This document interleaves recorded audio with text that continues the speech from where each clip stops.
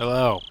Last time, we learned about the possible dark and bloody and cannibalistic past of Hamanazawa, or Onigafuchi village, which became Hamanazawa. And maybe that those practices are still going on. But we should be the day after Watanagashi.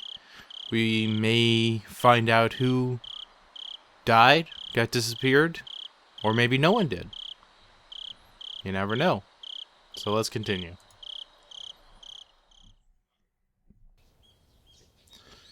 I let out a great big yawn. It was like morning had arrived just as I got to sleep. As Mom set up breakfast, she gave me a pained smile. "What's the matter, Keiichi? What time did you go to sleep last night?" Well, I wanted to go to sleep at midnight, but I had some trouble with that. "You were probably all worked up from the festival." No, that's not it. Crunch, crunch. I crunched down hard on the pickled radish to hide my embarrassment. After all that happened yesterday and our discussion about the sound Shion heard, that banging noise like a child far away jumping up and down on the wooden floor, the story wouldn't get out of my head, so I had trouble sleeping. It was a long night, and I just kept jumping at the slight sounds of faraway tree branches which should have been either unhearable or too insignificant to notice. When I woke up in the morning, sunlight and birds chirping, it made me feel pretty ashamed about it, but I felt far from refreshed this morning. Keiichi-kun! Good morning! Huh? Keiichi-kun, your eyes are all red. Why is that? Why? Oh, hey, good morning. I didn't get much sleep last night, so I'm a bit sleep deprived today. Ugh. The festival yesterday was a lot of fun. Rena's excitement took a long time to go to sleep, so I took a long time to get to sleep too. To sleep! In Rena's case, her excitement seemed to still be wide awake. They should have this kind of festival more often. Oh. They should have this kind of festival more often, so we can have lots of fun together again. Oh! Yeah. Rena talking about the festival yesterday made me remember everything I had nearly forgotten from last night.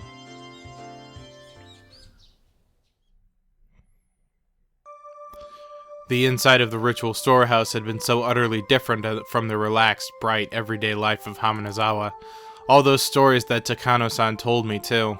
The mysterious incidents that occurred on the day of the Watanagashi festival every year. The strange incidents where one person would die and one person would disappear. The old stories of Hamanazawa flickering like a candle behind them. The numerous and horrifying traditions of Onigafuchi village. The villagers with demon blood in them. The terrible cannibalistic feasts. The poor sacrifices kidnapped from human villages, victims of the Onikakushi. To quell the rage of Oshiro-sama, the ritual involving living sacrifices. There was also so many others. There were so many stories that just remembering them put me in a foul mood. Most of them weren't fiction either. They were true. We didn't need to fear them just because they were real, though, since it all happened so long ago. Such a very long time ago.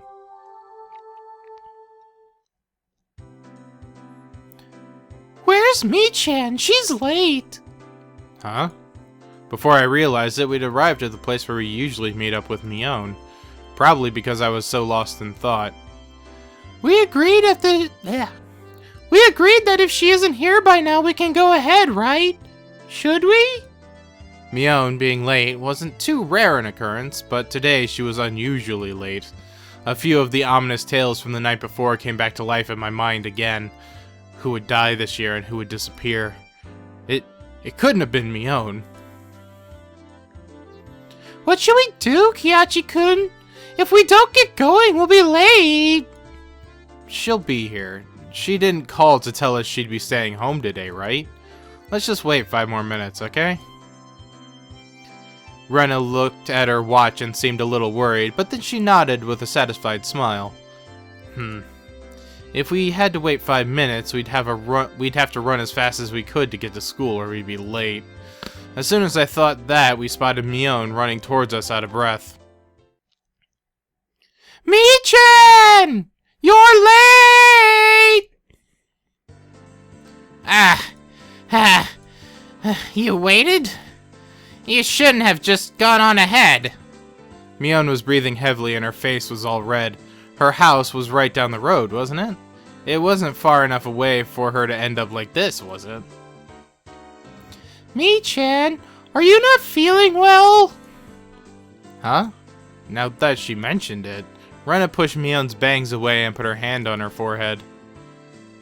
Rena, your hand is pretty cold. Mii-chan, you're a little bit warm. It's no big deal. Give it half a day and I'll be fit as a fiddle. Are you really okay? You don't have to push yourself, you know. What's this? Oh, wait. Are you really okay? You don't have to push yourself, you know. What's this? Keiichi, are you worried about me? That's nice of you. That answer wasn't like Mion at all. She must have had it pretty bad. I just think you shouldn't push yourself so hard. We can tell the teacher you had to take the day off. I'm fine. I took some medicine. I think it's already working. Mion forced an energetic expression onto her face and flexed her biceps at us. Okay, then, let's go. Don't overdo it, but of course there's the time. What? We need to run or we won't make it! This morning sure is thrilling. Maybe it's just what I need to shake off this slowness. Let's run! Hey, wait, you're sick. Don't go overboard. Mion began to run vigorously away. Mii-chan is older than us, right? She knows her own body better than anyone. I decided to leave it to that and assume she was fine. Great, then we should get going too. We began to run after Mion.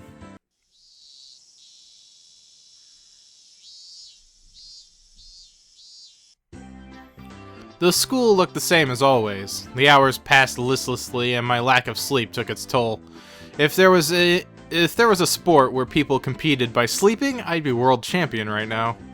The trick to overcoming this sort of dangerous situation was to hold up your pencil upside down. Why, you ask?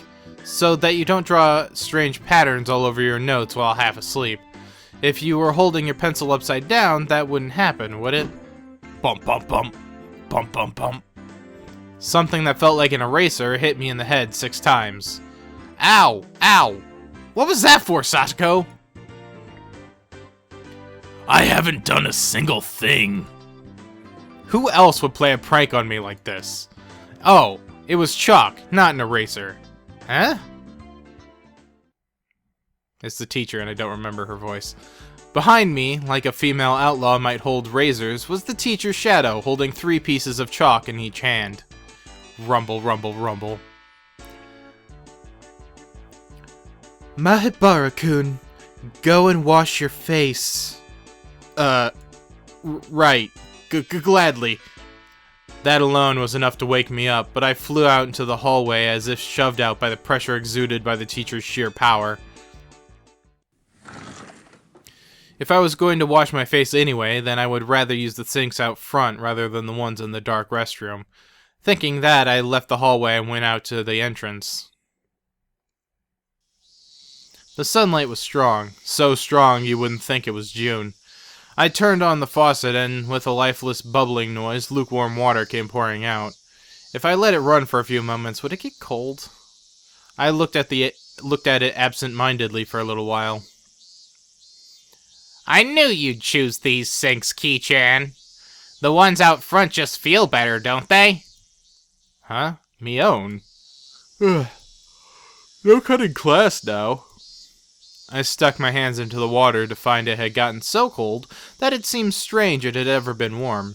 I scooped it up and splashed it against my face. Once I was done, I moved out of the way and Mion did the same. Mion, how's your cold doing? You're sleepy because of the medicine, not from lack of sleep, right? Huh?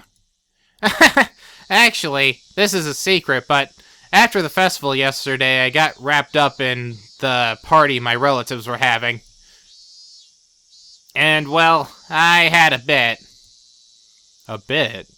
She made a gesture like she was tilting a cup into her mouth. Which means you didn't have a cold or anything. She was hungover! Are you hungover? How old are you? Give me a break. I really don't feel well, you know. I suppose she'd been feeling lousy either way. Still, you treat colds and hangovers in completely different ways. I was worried over nothing. Man, I guess that's just like you, Mion. Mion scratched her head, a little embarrassed. She didn't seem to be feeling well, but now that I knew it was just a hangover, I didn't need to worry too much. It would go away with time, after all. Oh, but my head really is pounding, so the teacher told me I should go home early. Ugh, you cheater. So are you going to go home now, Mion? Now that I looked again, Mion had her bag with her. She must have been on her way home. Yeah, I feel bad about it, though. I'll get some rest at home like a good girl. Sorry I can't make it to the club. Would you take over as leader for today, Kei-chan? I don't know if that will happen. We have that unspoken rule where we don't do club unless everyone is here, don't we? We never did it when you had gone to your part-time job, did we? Mion laughed wryly, saying we didn't need to worry about her. No matter how much fun we have, though, I think feeling guilty about friends who can't share in it is the sign of a really fantastic friendship. In that sense, the club Mion has created is a wonderful thing. As I thought about it, the moisture on my washed face dried up. I suppose we were talking too much. If I didn't get back to the classroom soon, I'd get in trouble. Okay, later. I'm going back. Be careful on your way home. Don't wobble into a sewer or a brook, got it? I left it at that, turned around, and started heading back to the classroom. Oh, one more thing, Kei-chan. Mion stopped me and I turned my head to listen. What's up? This may sound weird, but don't think too hard about it. Well, that depends on what it is. Last night, near the end of the festival, did you see Tomotaki-san or Takano-san anywhere? I suddenly tensed up. You know, Tomotaki-san and Takano-san, right? You remember, Kei-chan, when the four of you were talking during the setup day before? If I could, I wanted to forget about sneaking into the storehouse that night as soon as possible.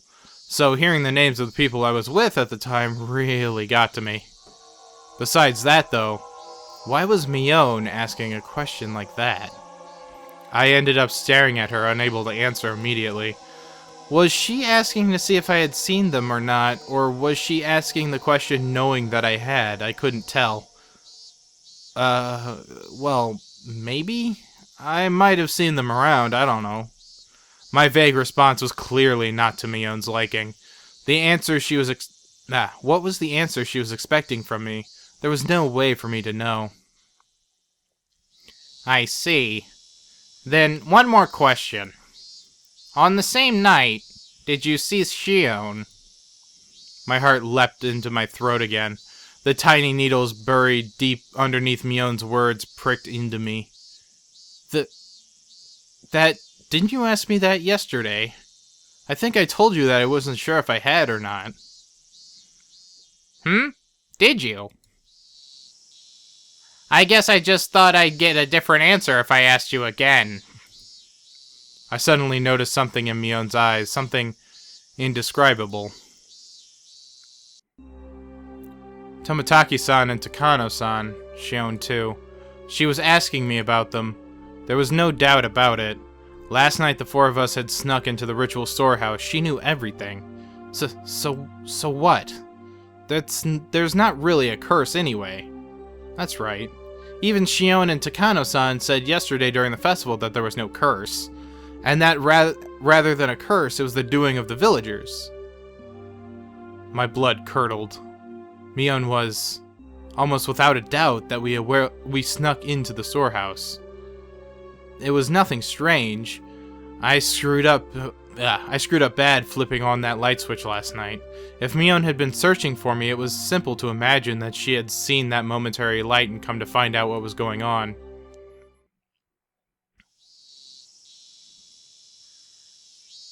Did you really not see her? What? Why are you so intent on knowing if I did or not? It's not important. It's just there are some people who are speaking poorly of Tomitake-san, Takano-san, Shion, and you, Kei-chan. I didn't really hear what they were saying, though. Unpleasant sweat dripped down my arms, and the sound of it hanging from my fingertips was so annoyingly loud.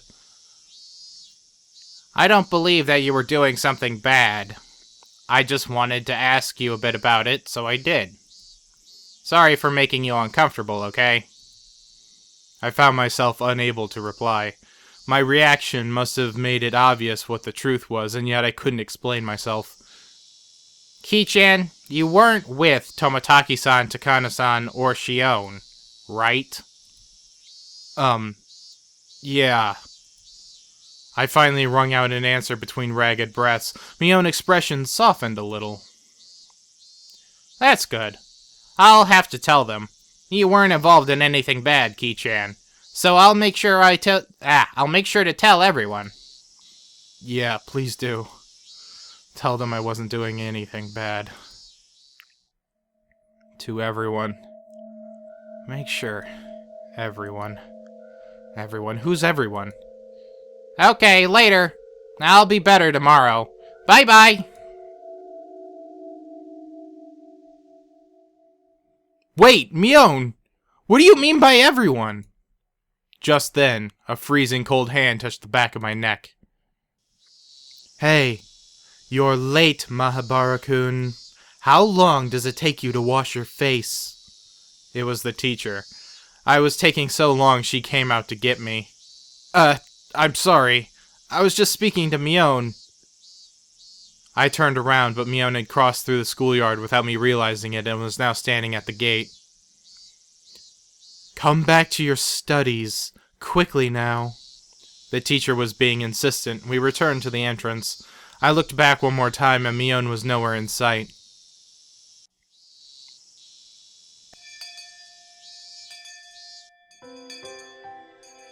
Keiichi, you haven't seemed well all day. It's clearly because he had far too much fun yesterday. I don't want to be told by the one who got lost. Your face was all red and you were nearly crying.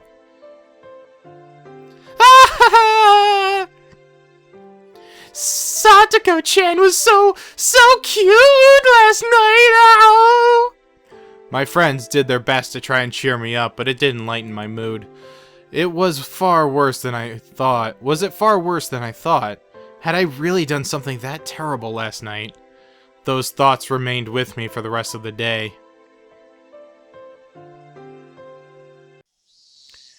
Bye, Keiichi-kun. I'll see you tomorrow. By the time I realized it, I was in front of my own house. Mi-chan had a cold, right? Could you have a cold too, Keiichi-kun? Could you? Huh? I'm fine. I may look scrawny, but I've never missed school because of a cold. Both you and Mi-chan didn't look so good today, though. Thanks for worrying about me. I'm fine. Idiots don't catch colds, remember? Rena smiled, then waved to me and left. With my shoulders bobbing up and down from breathing heavily, I entered the house. As soon as I got back in, Mom called out to me.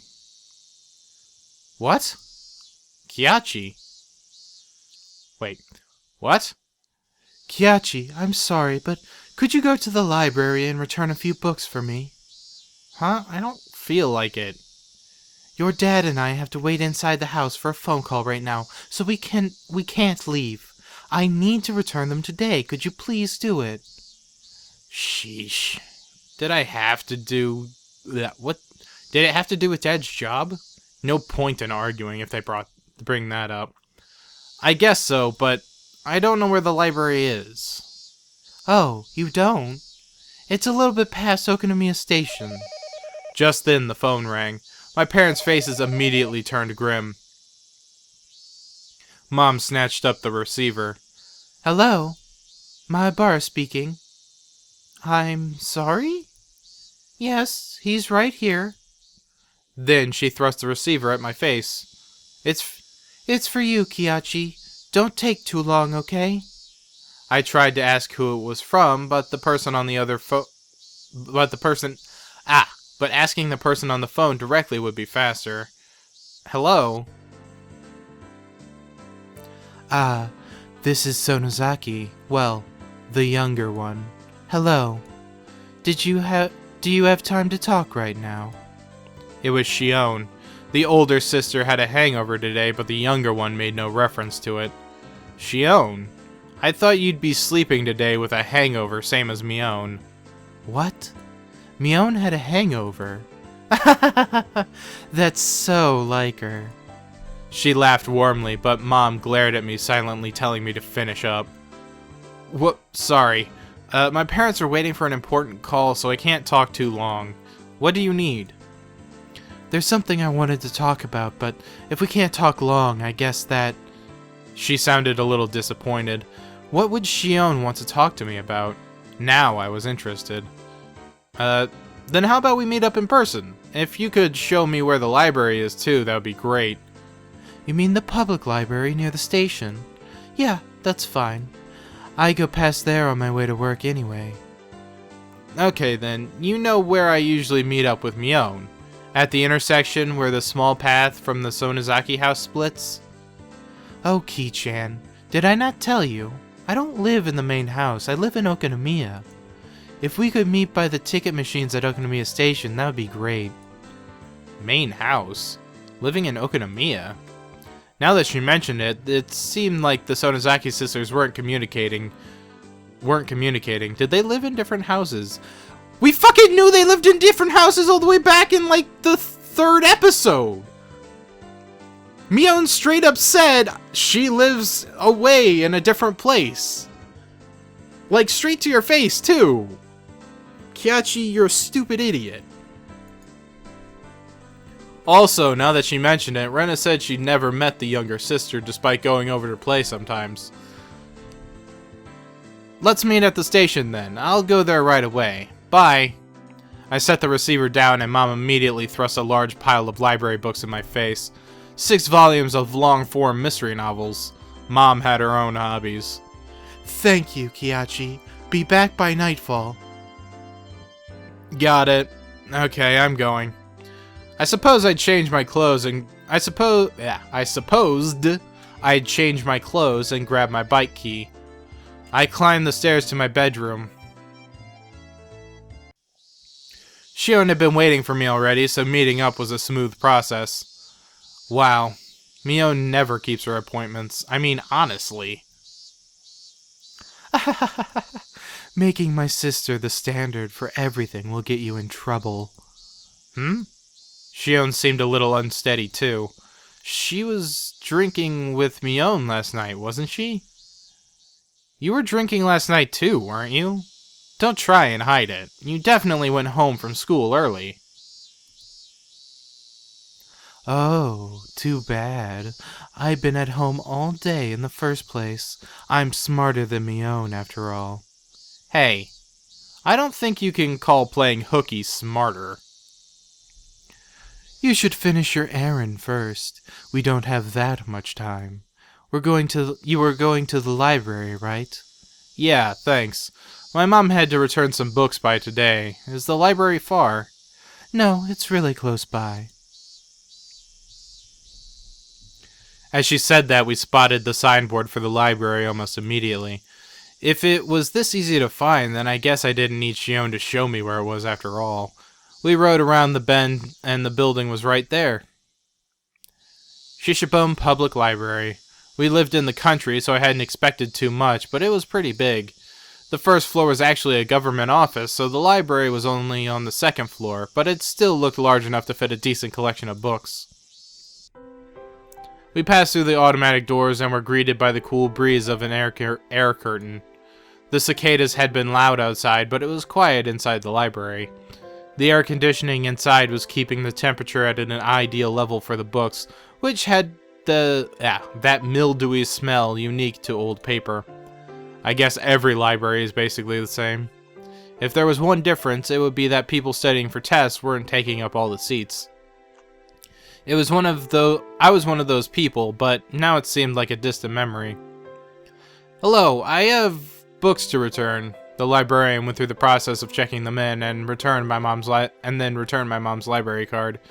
Shion was going around the bookshelves with a deeply interested look on her face, like she wasn't the type who went to libraries very often.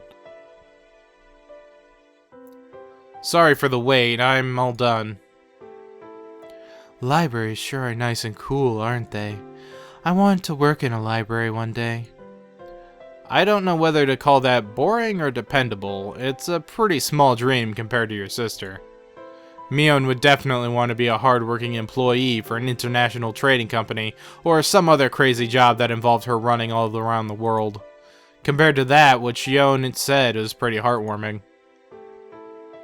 Well, we need to keep our differences dear to us. We're not copies, we're two different people, called Shion and Mion.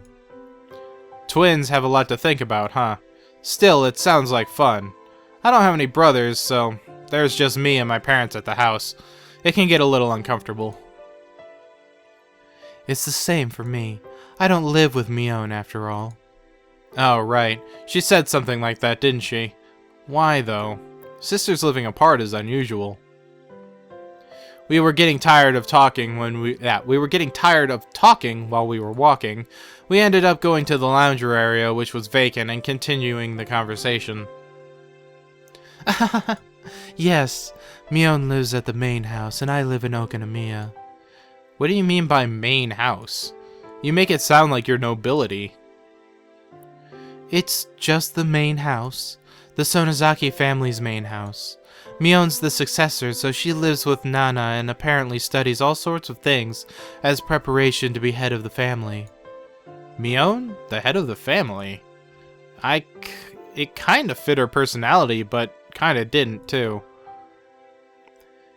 Kei-chan, you just moved here, right? This will sound like I'm boasting, but we of the Sonozaki family are kind of personages around here. Huh? Seriously? The word personage didn't really match the extremely sociable air that Mion and Shion gave off. From what Shion explained, the Sonozaki family goes way back to the beginnings of Hamanazawa after the war and had a bunch of successful ventures and extended their influence to a wide area. The Sonozaki house is a foundation under which the entire family cooperates, though the current family head, Grandma, was the one who built it. The entire family would provide backup to help one relative with a business venture. They were like a huge living company. This let them avoid tax-related problems and help relatives' ventures succeed one after another, using large amounts of money. If you ever go for a walk through Okonomiya, pay attention to the signboards and stuff. There's a ton of shops that are managed by members of the Sonozaki family. Now that you mention it, that toy store looked like it was managed by relatives as well. Does that mean your relatives operate Angel Mort too? Even what few shops I was familiar with were involved with the Sonozaki family. It was definitely surprising. The family is particularly strong in finance and real estate. Even a lot of members of the Chamber of Commerce and Industry either have a last name Sonozaki or are their relatives. There are Sonozakis in the city council and the prefectural assembly too, since they have the Okonomiya area giving them strong electoral support. Wait a minute. This is all escalating pretty quickly. Her relatives operate shops in downtown Okonomiya, and they're especially strong in finance and real estate. On top of that, a lot of those in the Chamber of Commerce and Industry are relatives, and there are even people elected to local offices. So then, the Sonozaki family, it's pretty famous in this area? Why, yes. It's crazy. All of a sudden, a cigarette-smoking, overweight old man interrupted our conversation. Wait, I know this guy. Hello. Good afternoon. Are you on a date today? Ah, what I would give to be young again. If you thought we were on a date, then why are you bothering us, Owashi-san? That was it. He was Owashi-san, a police officer. I thought it was the person who came to my rescue when I got involved with those delinquents before. Now that I thought about it, Mion didn't seem to like him very much. No, I apologize. I heard a familiar voice, so I came over to see. Owashi-san laughed coarsely, not showing any sign of giving up. As Shion watched him do so, I didn't feel the same sense of malice from her as I did from Mion. My Baya-san, right? You're one tough guy. Two-timing the Sonozaki sisters, are you? No, I'm not two-timing anyone. I turned around to look at Shion and plead for help, but she grinned and maintained her silence. Her gaze wandered. She looked at the clock. I'm sorry, Kei-chan. I really need to get to my job. Huh? Oh, did you... Wait, didn't Shion have something to talk about today? Now this weird man is here, though. Yep, I'll see you later. Oh, and I'll give you a call after I'm done. It'll be okay to call at night, right? Yeah, probably okay. Then I'll talk to you later tonight. Bye. Shion left so fast she was practically running. Iwashi-san was waving at me with a grin. I felt like I'd been left here as bait so she could get away. Maybe she was lying about having to go to work. You're quite the big shot, being so close to the Sonozaki daughters. Maybe I should rethink how I talk to you, too. Iwashi-san put a coin into a vending machine as he said something a bit appalling. Is iced tea okay with you? Do you want milk in it? Huh? No, I'll put some in it then, alright? Here you are. He handed me a cup of tea filled to the brim with ice as I looked on absent-mindedly. I didn't think I'm obligated to have a guy like this buy me a drink, but he did get it for me, so I'll thank him. Was Iwashi-san just killing time? We didn't know each other very well, but he still engaged me in conversation about all sorts of dumb things. When I thought back to how I talked with Shion, this seemed like a total disaster. My Bara-san, how much do you know Sonozaki-san? Know about Sonozaki-san? Other than what I heard just now, nothing. Until then, I hadn't known anything about either Mion or Shion other than the fact that they were interesting. I really did only just learn that she was the daughter of some prestigious family. The Sonozakis are a Yakuza group with the entire region under their thumb. Plus, her father is a high-ranking executive in the XX Yakuza Association. Did you know that? What? An executive? Have you ever seen where Shion-san lives? It's a very picture of a gang boss's house, protected by high walls, barbed wire fence, and security cameras. If you ever get the chance, you should go and have a visitor.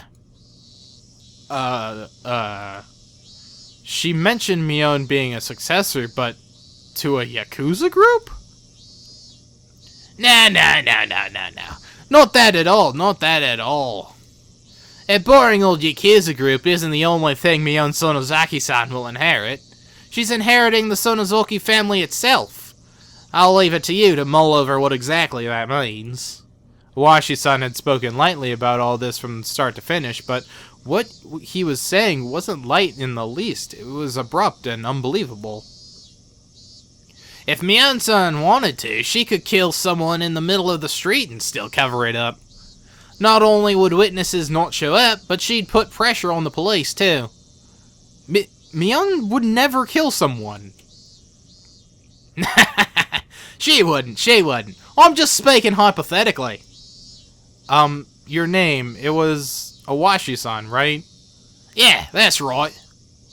Then, Iwashi-san, whatever family Mion comes from, it doesn't change the fact that she's the best friend I could ever have, and I'm proud of that. I don't appreciate people speaking ill of her. I let my quiet anger show through with my gaze as I stared at him. Of course, I could never seem to tell what he's thinking, so I didn't know if it had any effect. Then, let me be frank. If Mion-san was suspected of a handful of incidents, what would you think? Suspected? Incidents? You can't just say terrible stuff like that on a whim. Then it would be a misunderstanding, of course. Mion may say some dangerous things, but she's not the kind of person who would do something so awful. Mahabara-san, keep your voice down. We're in a library. Awashi-san shushed me, but the state of heightened excitement as I wouldn't be calmed down so easily. Please, calm down. As I said before, the Sonozuki family holds a lot of power in this region, for better or worse. If something happens, they would immediately be suspect. I appreciate it if you understood that. Well, I know that what Awashi-san is trying to say. Combining that with what Shion told me before, the Sonozaki family is huge and controls everything from Hamanazawa to Okonomiya. Mion, meanwhile, being its successor, who apparently holds a strong influence over the entire family. Still, that's all? That's the only reason they're suspecting her. I'm just doing my job here. No doubt, not to doubt Mion-san of anything, but to clear up any suspicions surrounding her. Please think of it like that. He could talk a dog out of a meat truck. He was the definition of a shrewd, unfair adult. At this point, I began to think. That was no coincidence I met him. Iwashi-san, do you need something from me? Yes, I do. Keiichi Mahabara-san. He answered in an absent tone of voice. Mion's being suspected of something, and you came here from a friend of hers.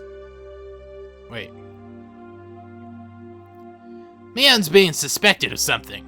Mion's being suspected of something, and you came to hear from a friend of hers, me. Is that it? No, that isn't it. I didn't come to talk to a friend of Mion Sonozaki-san. I came to talk to Keiichi Mahabara-san. It would probably have bothered you had I visited your house. To me? What did the police want with me? Having realized this faked coincidental meeting had me as its target, my mood immediately turned foul. You don't need to be so tense. Calm down and just answer a few questions. Am I being questioned? Let's call it a chat with a guy you happen to run into. Iwashi-san freely suggested that I relax. That said, behind his eyes was a light which I could only see sometimes, that was as sharp as a hawk.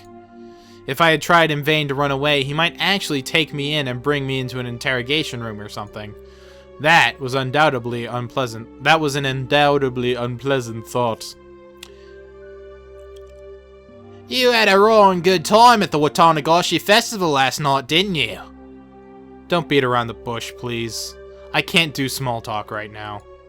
Last night, during the festival. Did you see Jiro Tomotoki-san and Mio Takano-san? I could painfully feel myself give a start. Where did I put those pictures? Ah, here they are. He opened a small notebook and removed 2 photographs. I didn't have to look. Well, who knows? I might have seen them around, I don't remember. I was asked the same question for the second time today. I gave the same answer for the second time, too. Your memories are blurry. You couldn't have possibly been drinking or anything. Here, too, I got the same answer as I had from Mion. I realized he wasn't taking my vague reply well. Why is he asking me the same thing that Mion did? The dark feelings I had nearly forgotten due to my conversation with Shion came rushing back in a hurry. We snuck into the sacred ritual storehouse, a punishable act. It was on a tiny impulse. While it may not count for much now, I do feel sorry about it. I'll ask you again. Did you see Jiro Tomosaki-san and Mio Takano-san at the festival last night? His tone was soft, but there was a dreadfulness in his voice, clearly different from the first time he asked. I'm scared. That was exactly how I felt. Even if you repeat the question, my answer won't change. I don't really remember. There wasn't any better answer I could give him.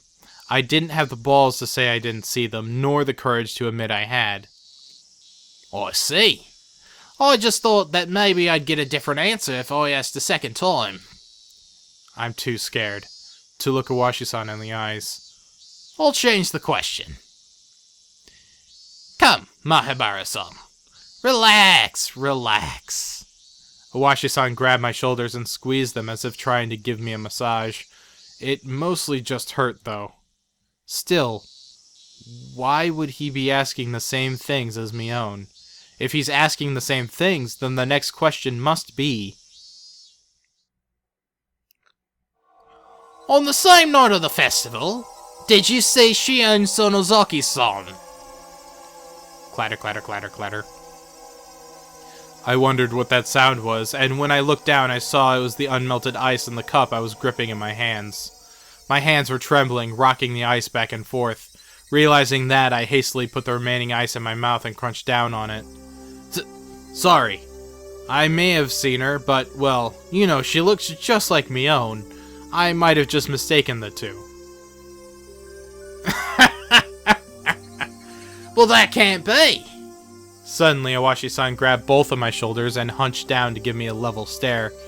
This must be what it's like to be a deer in the headlights. I wanted to look away, but I can't. This is the first time I've experienced such a piercing stare. Mion-san and Shion-chan... Why did I say Chan? Weird. Shion-san wear completely different clothing. You wouldn't mistake the two so easily, I would think. Mahabara-san. His voice was harsh. Harsh, the same as when Mion had said it. I could feel my heartbeat quickening. When I realized he could feel it through the hands on my shoulders, I got even more scared. Why? Why are Mion and Iwashi-san both asking about last night? Was sneaking into that storehouse so... bad?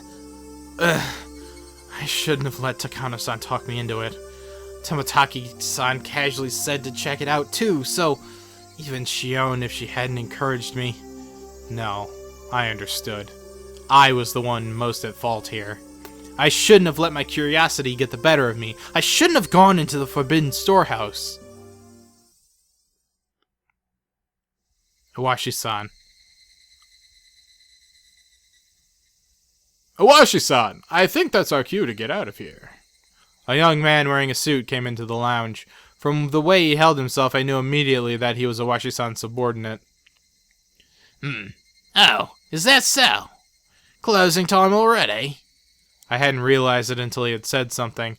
The jingle and announcement telling patrons the library had closed started playing without me realizing it. I was so irritated, so overwhelmed that I couldn't even hear it. Well then, Mahabara-kun, we're out of time, so allow me to take my leave. I'd like to talk with you more about this at your leisure, when we have more time. This isn't a joke. If I never saw him again, it would be too soon. Iwashi-san followed by his subordinate and left the lounge behind him. However, he spun back around. Oh, right, Mahabara-san. What? What is it? There's two questions I asked you before. You don't remember well enough to answer either of them, correct? Right. Just so you know, you saw them all yesterday. You were walking along, the four of you, having quite a pleasant time. Near the stone steps, I saw you with my own eyes. I caught my breath, and my heart seemed like it was about to stop. What a detestable person. He knew, and he was testing me. We'll meet again. Have a good year. I sat there, like a rock, unmoving, until I could no longer hear the clacking sounds of their footsteps.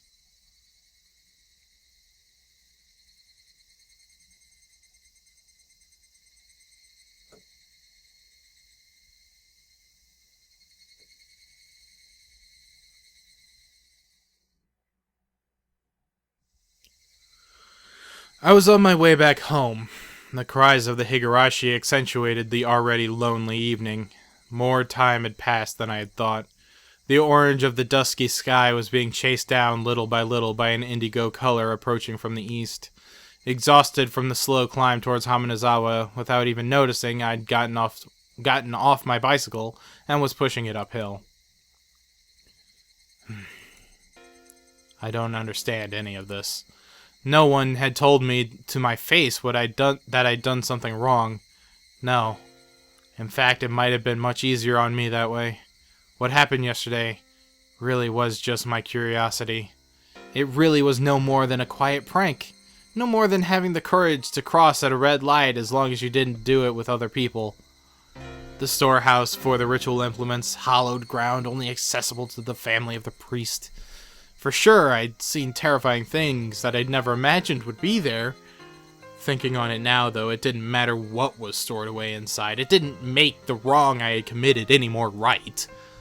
But the four of us did. Mion seemed to know about it. For some reason, even the police were trying to learn what the four of us did. Did we do something so bad? Really? It doesn't matter how wrong it was. I did something wrong. It was nothing more than that, and yet I couldn't accept it. I didn't apologize to Mion or Owashi-san at all. All I did was shield myself with ambiguities. I did something wrong yesterday. I set foot into a forbidden storehouse for a little bit of mischief. I'll forget everything I saw there. I won't ever do something like that again, either. I'm sorry. If I'd apologized like that, would they forgive me? The suddenly cool evening air left no room for such sentiment, however, as it mercilessly chilled my feet, urging me to head home as soon as possible. In the end, the evening air was correct. If I trudged along such an isolated road, regrets would pile on top of regrets, but nothing would change. Let's go home. I'll go home, go to my room, put on my favorite music or something, and go to bed. That might sound plain and boring, but it's probably the strongest I've felt all day. Now that I've made the decision, there's no point in dawdling in a place like this. I sat back on my bike. I pushed hard on the pedals. I rapidly advanced forward. I steadily gained speed. The wind was cutting and mercilessly cold, but it actually felt good, as if it were softly punishing me.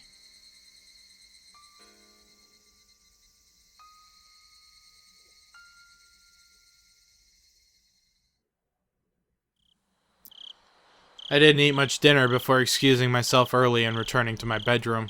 My mom called me from downstairs. "Keiichi, you have a call. It's from Sonozaki-san." Sonozaki? Was it Mion? No, it was Shion. I just remembered. She had something she wanted to tell me all day. Owashi-san had interrupted us, so she didn't get the chance. Shion had said she'd call tonight. Hello. Is that you, Shion? Hello. Ran into a bit of trouble today, didn't we? She said it so plainly that I got a bit annoyed. She was the one who left me there and ran. Don't say that. I gave you the signal to run away with me, Oh, wait. Don't say that. I gave you the signal to run away with me, didn't I? You just sat there looking dazed, Kei-chan. I wasn't dazed. All of a sudden, you left me there, and after that, I had to put up with this Owashi guy for ages. Don't complain to me about that. I can't believe she passed it off like that. She looks just like Mion, and yet inside, is she this different? I got a little irritated at myself when I realized I was somewhere in my mind hoping for the same reaction I would get from Mion, even though she's a different person. Ugh, sorry. Next time I'll run away first thing and leave you there. Hey, it's ladies first. Shion laughed refreshingly. When I heard her voice, I realized that she wasn't really that angry or anything. It was just as she said. The cause of my temper was because it was my own fault for not leaving immediately. I'll stop blaming it on others. Blaming it on others would be... Anyway, you had something to tell me, right? Oh, yeah. I mean, if you already know, then it's not something that bears repeating. Do you already know? Shion lowered her voice suddenly as if she were glancing around. I had no idea what I could already know. Sorry, but I have no clue what you're talking about. At least give me a hint. So that means you don't know? She seemed to take my stupid-sounding question as evidence. However, her voice didn't sound disappointed or exasperated in the slightest. Actually, it's about last night, during the Watanagashi festival. My entire body jolted as I was assailed by a terrible feeling. Is Shion going to ask the same thing? Hello? Keiichi, are you listening? Yeah, I am. What about last night? The four of us went in there, right? She didn't beat around the bush. Whether or not I wanted to admit it, that was the actual honest truth. I couldn't act like it hadn't happened. Then, after that, we walked away together, and then went our separate ways near the stone stairs, right? Takano-san and Toмотaki-san went to the stream, and you stayed there, Keiichi. I went over to see some relatives. Yeah. Why do you ask? We won't make any progress if we keep asking each other questions, so let me ask you this question first, okay? You mean, did I see Toмотaki-san and Takano-san last night? Huh? Yeah. Did you see the two of them after that? I'd be lying if I said I wasn't surprised. This is the third time I've been asked this question today. Why? Why? What the hell was going on? Why? Why are you asking me that? No, Keiichi, I'm asking the question. Please answer me. Did you... Shion, if you answer first, then I'll answer. My shabby response betrayed how scared and small I felt now, after everything that had happened today. Shion didn't say anything for a few moments. Just as I was beginning to think I'd really put my foot in my mouth with that response, she finally answered me. Of course I didn't see them. My relatives were with me, and they can vouch for that. I didn't see them either. People can vouch for me too, like Mion, Rena, and everyone else. Now that we knew our answers matched, she let out a sigh that sounded more relieved than anything else. Thank you for answering me honestly. Okay then, I'll tell you. Apparently last night, Takano-san and Toмотaki-san died. Sorry, Shion. What was that you just said? Apparently, last night, Takano-san and Toмотaki-san died. Takano-san was found burned to death. Toмотaki-san was... well, it looked like a suicide. I found out this morning. I heard my dad talking to a relative on the phone about it. Late last night, a police car on its way back from the festival's security duty had discovered Toмотaki-san lying in the middle of the road heading towards Okonomiya. He had clawed out his own throat and died. What? He clawed out his own throat? That bright, cheerful Toмотaki-san committed suicide? That can't possibly be right. The police did an autopsy. He did it with his own fingernails. He scratched at his throat so hard that he ruptured his blood vessels and bled out. He died in a pool of his own blood, is what they said. I'd never heard of such an insane suicide. You can't just scratch open your own throat like that. I realized I was yelling too loudly, and I lowered the force I was putting into my voice. I didn't want my parents to hear me, so I switched to the cordless phone and ran up to my own room. Sorry for yelling. So, was Takano-san a suicide too? In her case, it's a little unclear.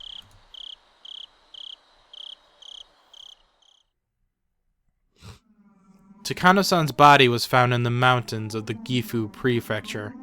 Employees at the rest stop nearby reported to police last night that they could see flames in the mountains. The firefighters dispatched there were the first ones to find her. An autopsy concluded that it was the burned corpse of a half-naked female. They initially considered the body beyond recognition, but directly after there was a request for a dental comparison from the XX Prefectural Police Station in Okinomiya, and the results concluded that it was Mio Takano. The cause of death wasn't confirmed, but it was highly likely to have been a homicide, since she was in her undergarments and her clothes were nowhere in the area.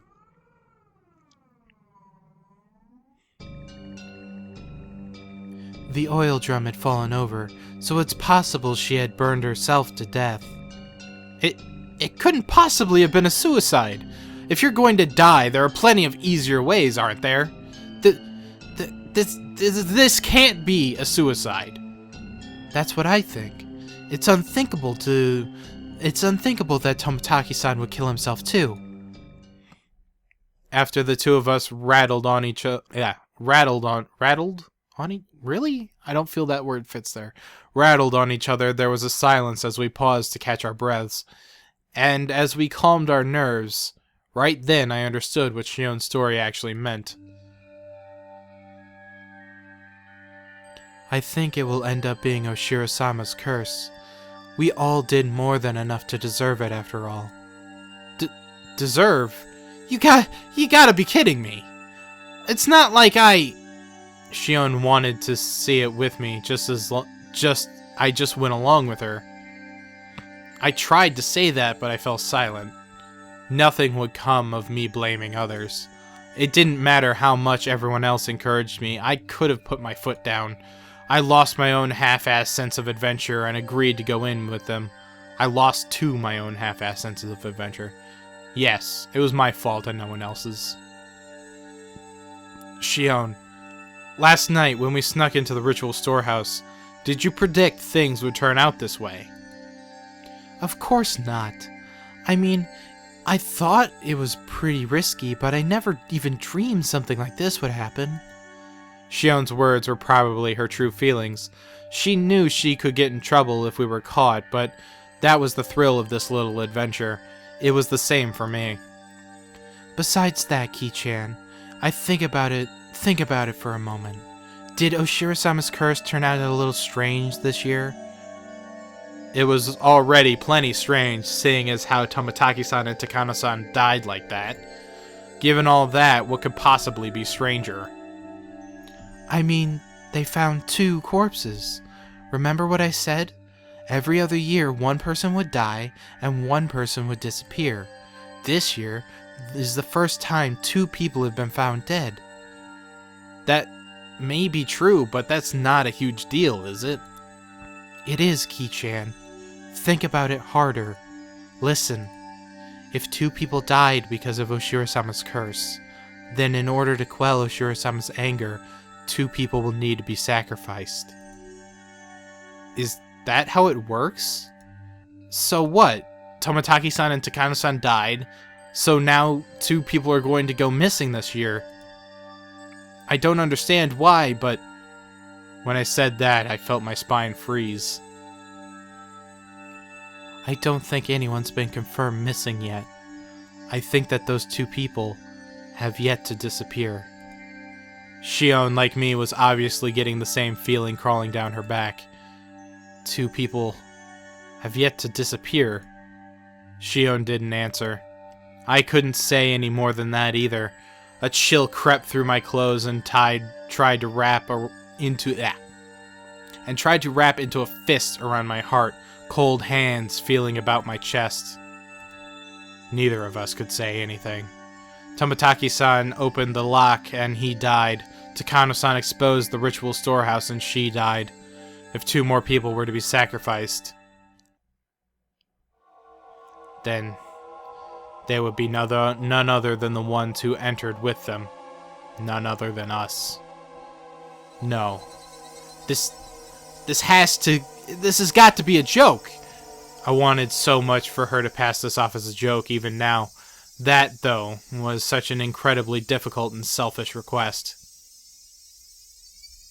If Tomotaki-san and Takano-san had died in a common way, like a car accident, I could tell myself it was a coincidence. Instead, he clawed out his own throat, and she burned to death, drowned in oil in the mountains. The two deaths were so out of the ordinary that I couldn't possibly dismiss it as more than coincidence. A mere coincidence. It was as if, in exchange for sneaking into the ritual storehouse, there must be someone punishing us. Some sort of cruel will working behind the scenes. Even so, I didn't want to accept that terrifying truth. If I did, then I would have to acknowledge that a horrible crisis was growing near for Shion and I. That's why I argued against it. I argued knowing I was running away.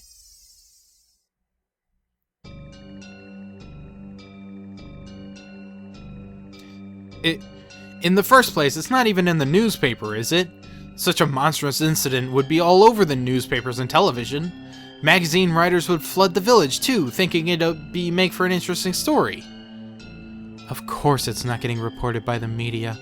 That's how it was in the past, too.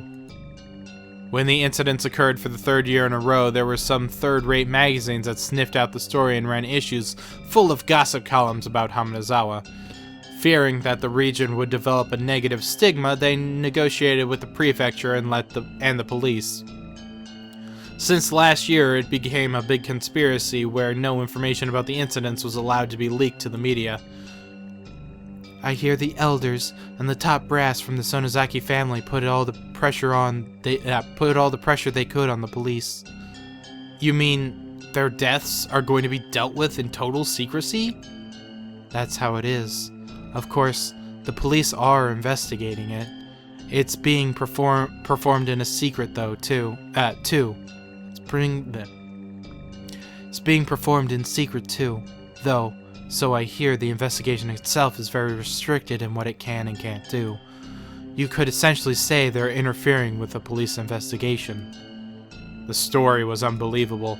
People died, and yet they don't publicize it and deal with everything in secret? If we break it down further, it means that no matter who dies on the night of Watanagashi, it won't go public. That's the biggest pile of bullshit I've ever heard! Kei-chan, before I said how the villagers could be the ones carrying out Ashura-sama's curse, that's what I mean. At some point, a tradition was created here in Hamanazawa where every year you're allowed to kill someone on the night of Watanagashi under the guise of it being Ashura-sama's curse.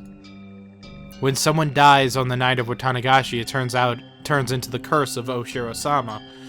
The curse turns into the serial murder incidents. In order to avoid exacerbating the negative stigma surrounding Hamanazawa, those incidents are dealt with in secret. That's insane! Dead and missing people turn up every year. However bad the stigma gets, the police have to draw the line somewhere, don't they? You could say the incidents happening every year is mysterious, but the police can get the job done when they need to. After all, the incidents always get resolved individually. It doesn't end up being a string of incidents, you know. It just so happens that something unfortunate happens on the night of Watanagashi every year. That's all it turns into. Most of the criminals responsible for the original dismemberment were arrested. The last one managed to get and stay away, but the events were totally exposed and elucidated, so it was in essence resolved. The damn supporting couple who died in an accident on the second year, that was an accidental death, plain and simple.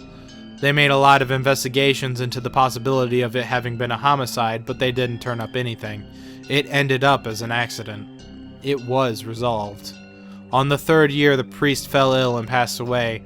There were doctors present at the hospital at his deathbed, and they all had trustworthy medical certificates. They even did an autopsy. It was concluded that it wasn't a homicide. It was resolved too. On the 4th year, the sister-in-law of the dam-supporting couple was murdered.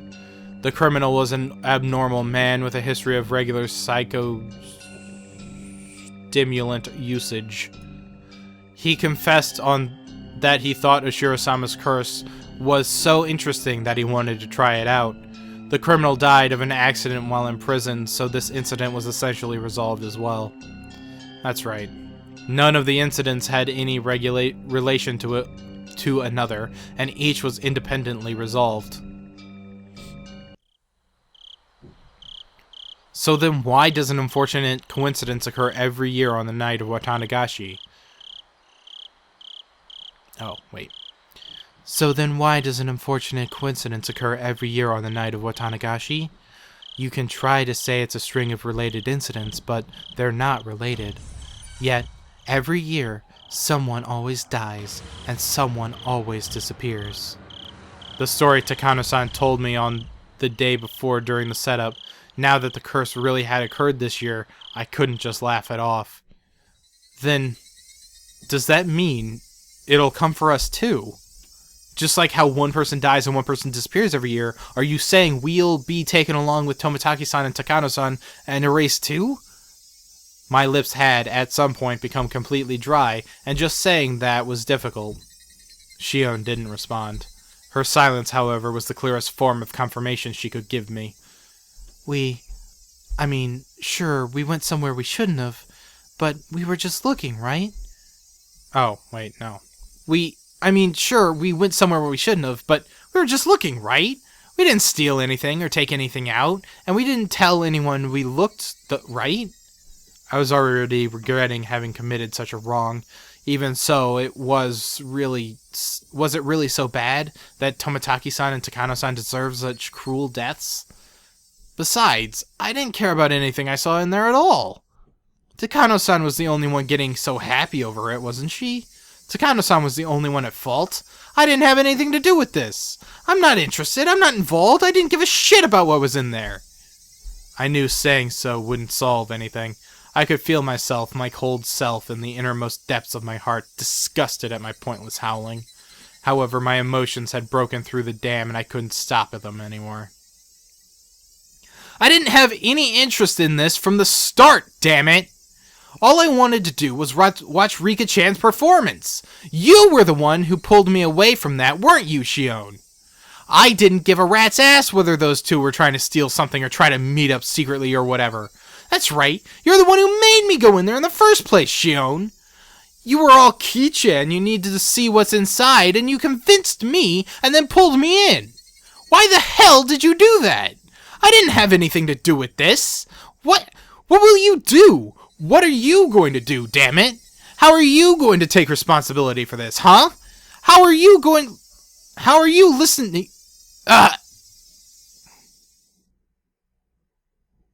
Click.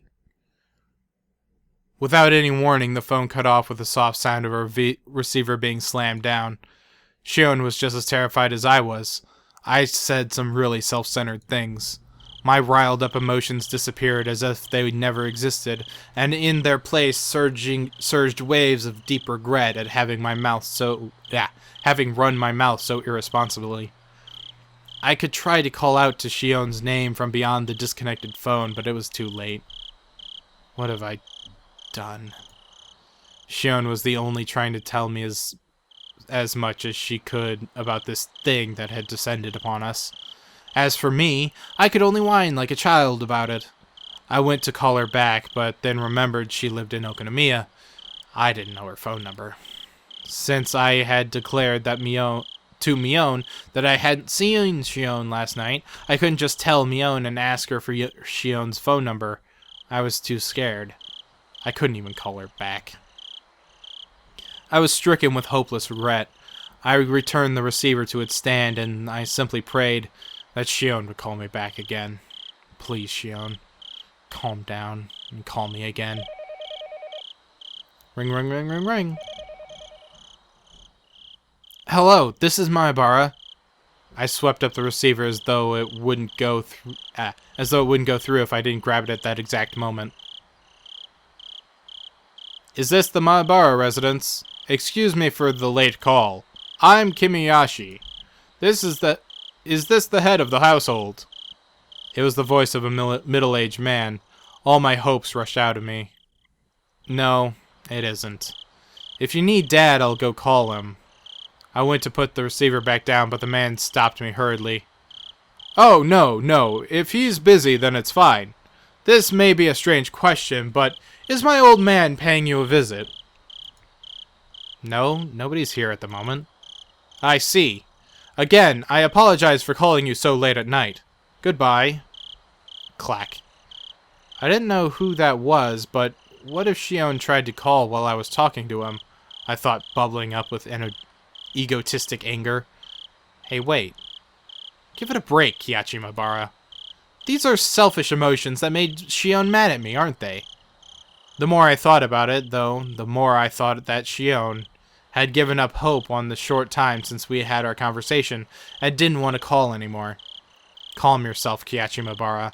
If Shion does call again, then first apologize in a calm voice. If you do that, then Shion should understand. However, no matter how long I waited, the phone didn't ring again that night.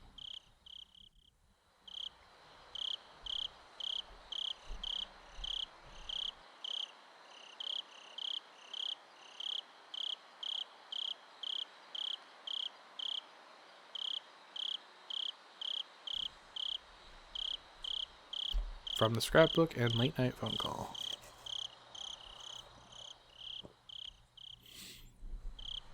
View those tips.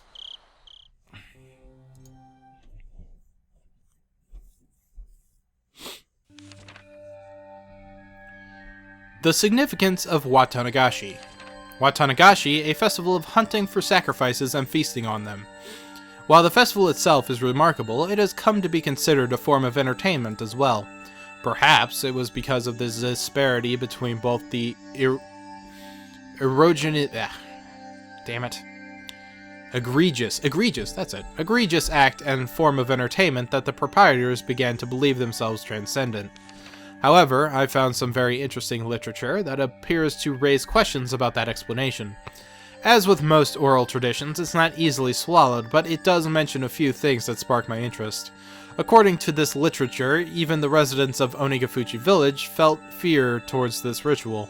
Women and children would grow pale and tremble, and those of weak constitutions would vomit, but it was said that the feast, the dissection, was an obligatory viewing. This is an extremely curious tale.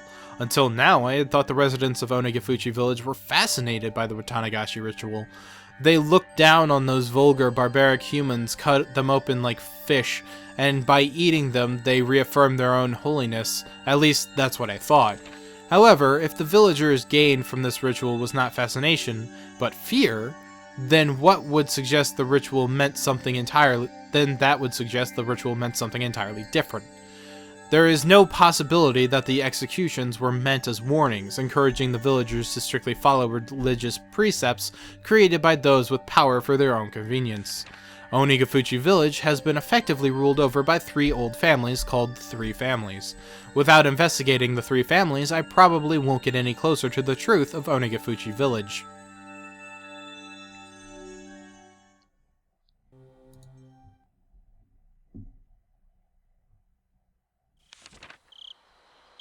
The Three Families. The Three Families refers to the 3 old families who effectively come to rule Watanagashi village. To break it down, there was the Keiichi family, the Furude family, and the Sonozaki family, and each of them still exists today. Though they don't have as much control as they did in the remote past, they still hold considerable influence today. The 3 families are considered by legend to be those whom the blood of the swamp demons runs the thickest. The Keiichi family.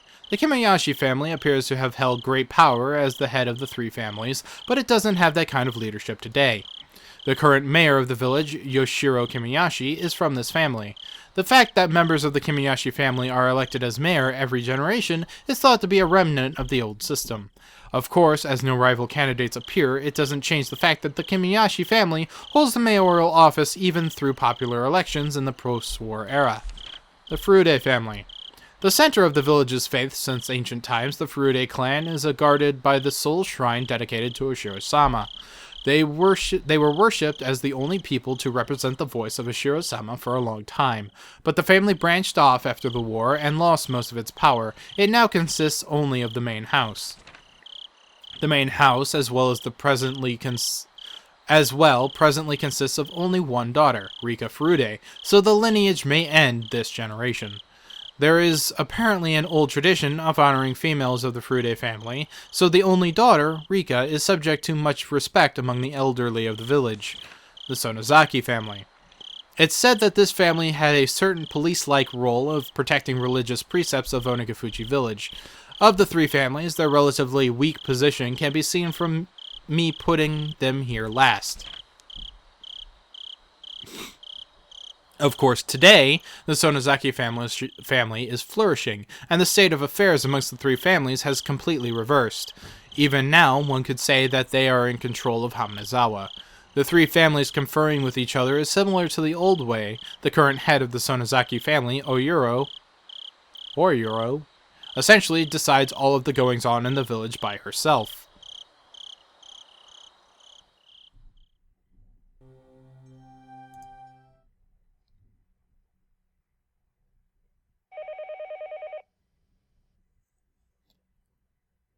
Excuse me for the late call. I'm Kimoyashi. Is this the head of the household? Yes? No, not at all. Thank you very much for that. Yes. Well, you see, I do apologize for calling at this hour, but I was wondering if our old man was visiting you at the moment. You've got that right. Yes. Once again, I'm very sorry for calling so late. Goodbye. Click. So? No good? I'm not sure what to do. He may be passionate about it, but he's always at least gives us a call. You called everyone he plays Go with, didn't you? Bring. Hello, this is Kimoyashi. This is Sonozaki. I don't know who's talking. I'm not gonna say it's Mion. This is Sonozaki. How'd it go? Have you found the mayor? Oh, no it is. This is Sonozaki. How'd it go? Have you found the mayor? Oh, Mion-chan. I called everyone I could think of, but I came up with nothing. We can't find him. What do I do? Where could he be idling about? I put a word in with a bunch of people who might have an idea, but nobody did. I asked Nana about it, and she said that that we should get the men of the village together and search for him. At this hour? I mean, it's not like he's definitely gone missing. Watanagashi just happened. She thinks we should be a little more cautious. If we still can't find him, then we'll notify the police tomorrow morning. Whether or not we find him, though, we should refrain from making any false accusations. Oyuro-san said that. Yes. If you can't trust her without hearing her voice, then I can put her on for you. No, that's fine. I understand. We'll get the men together for a search. If we still can't find him, then we will notify the police in the morning. She'll leave it to you to organize the men. I'll be there as well as Nana's representative. Thank you. I'll get everyone together immediately. Thanks. I'll talk to you later.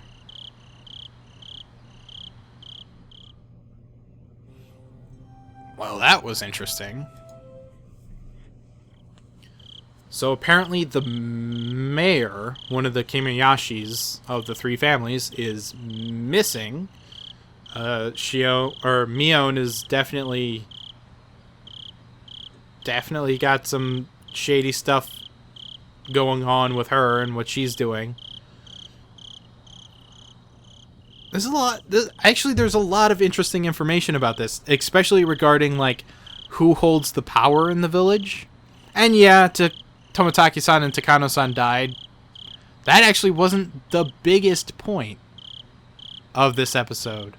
Really, I think this episode was far more important information was actually learning more about the family structures of the village and what's going on there, because it kind of leads to who could be behind everything. It's interesting that Toмотaki-san died in the exact same way he died in Onigafuchi. But you know what? Actually, that is an excellent thought. If Toмотaki-san and Takano-san did the exact same thing in Onikakushi, in Onikakushi, the first series, did they break into the storehouse and do all of that stuff without anyone noticing or realizing? And then, because Takano-san in the last one disappeared, you didn't find out what happened to her. So she could have been demoned away while Toмотaki-san died. And the only reason Keiichi got targeted is because he was trying to get too close, and his like morbid, weird murder curiosity got the better of him. In a way. Like, if the same things happen. And now it's happening this time, where Keiichi may definitely be a target, but this time for being demoned away, which, I mean, could be performed by Mion, in a way. I'm not entirely sure that Rena's gonna go psycho crazy this time. It doesn't seem like she is, but, I mean, she could. I mean, all of these characters could flip on a dime and be insane. But now we know that definitely Shion and Keiichi are pretty much in the same boat. They are pretty much in the same boat of shit's probably going to happen to them. And we're learning a lot more that the people who might make it happen to them are going to be a part of the big families or whatever. Though Rika is apparently the only one of her family left. Which is interesting. But she owns the shrine. Or, well, like, it's her family's shrine that they broke into. I don't know. Very interesting. Definitely Keiichi is in for some bullshit. I'd be interested to see how Mion reacts, because Mion is definitely fallen for Keiichi. So she, even though she might get ordered to do it, but she might not want to do it. Like, she might get ordered to take out Keiichi, but she might not want to do it because she does have legitimate feelings for him. So, I don't know. There might be some drama there or something. It'll be interesting. I really got nothing else. I want to continue the story. Next episode.